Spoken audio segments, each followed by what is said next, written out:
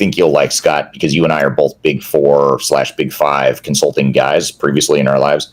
This is from Ozzy on YouTube. Ozzy asks, do you think Big 4 consulting is losing impact in the ERP consulting market? I feel like boutique firms have more selling value in the modern world of specialized tech offerings. I say this as a Big 4 guy.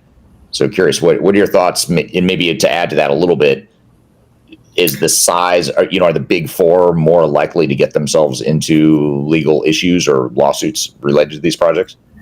Well, it's two-pronged question there. I would agree with Ozzy's question that because of the selling point of more boutique firms that have great resources in them, like us, offer a better value, price to value, than a lot of these consulting firms, these large Big 4.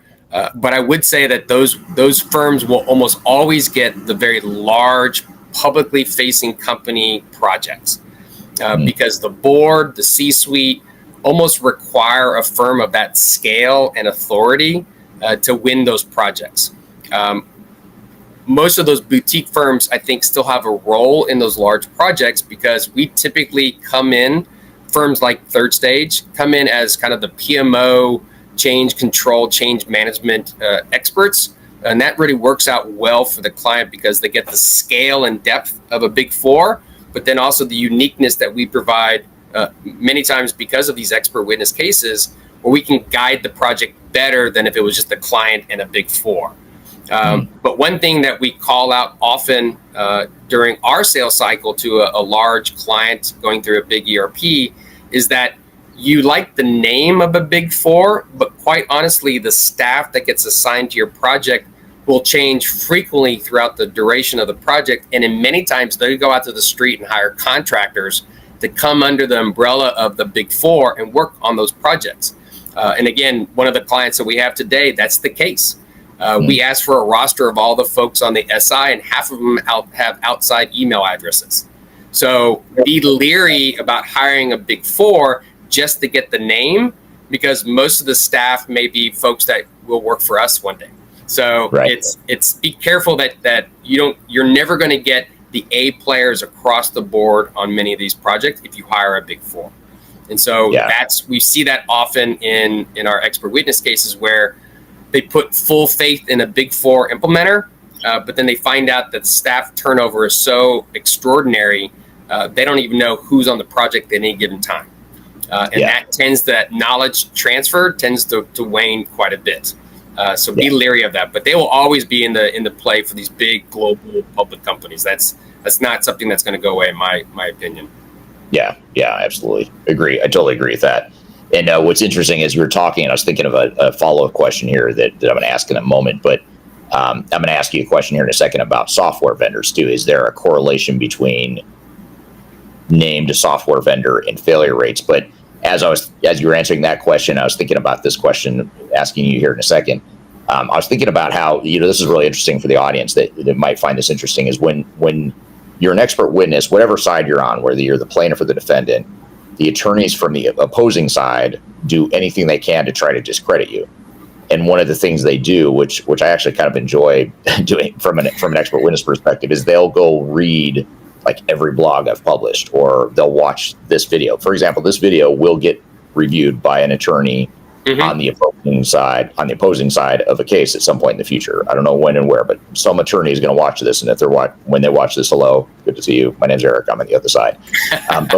But the reason they do that is they'll watch this video. For example, they'll watch this interview with you and I, and they'll say, "Wait, hold on a second, Scott. You remember this video from 3 years ago when you said that Big 4 consulting firms are, you said they are more likely to fail?" And of course, that's not what you said, but they'll try to make you try to twist your words because you just said that they hire people off the streets. I'm paraphrasing what you just said. And so what is interesting about that is that this, they go and they try to discredit any way they can to say that basically the side you're on, you've said something that actually supports the other side, and they try to discredit you in that way. So having said that, I'm just sharing that more of as an anecdotal or more of a general FYI for the audience. But when we look at software vendors then, and you look at SAP and Oracle and Microsoft, a lot of the expert witness cases we've been involved with have involved SAP. I'd say, SAP has probably been the most common failure that we've seen in terms of expert witness work.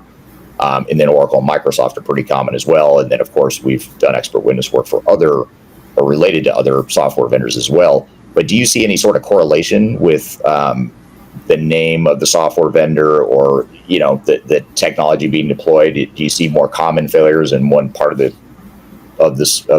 market versus not? Well, I'll say that humans are humans, right?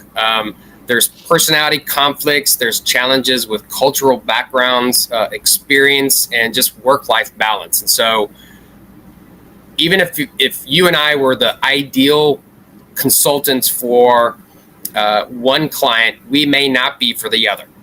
And so in many cases, these software vendors, the ones that actually own the software, tend not to be great implementers because that's not their job.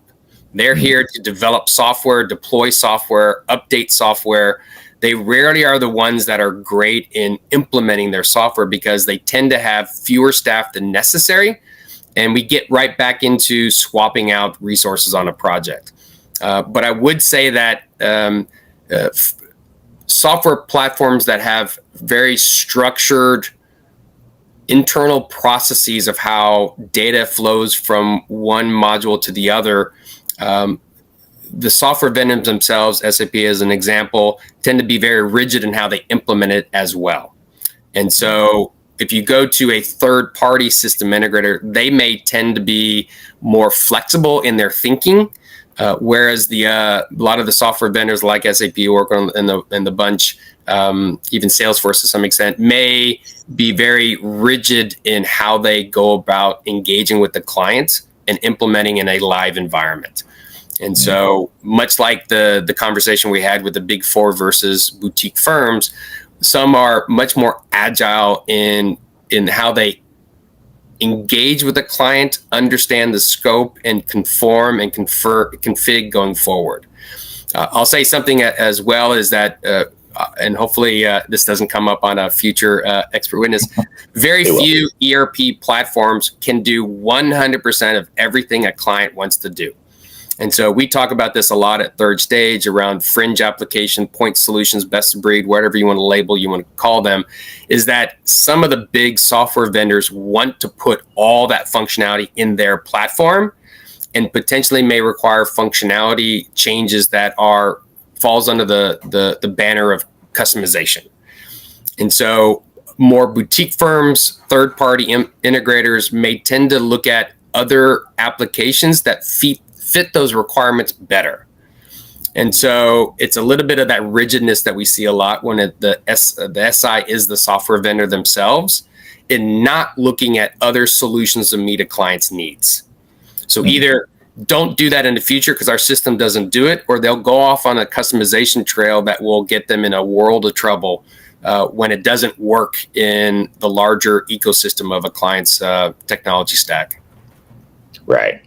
Yeah, makes total sense. And you're right that response will get quoted at some point in the future.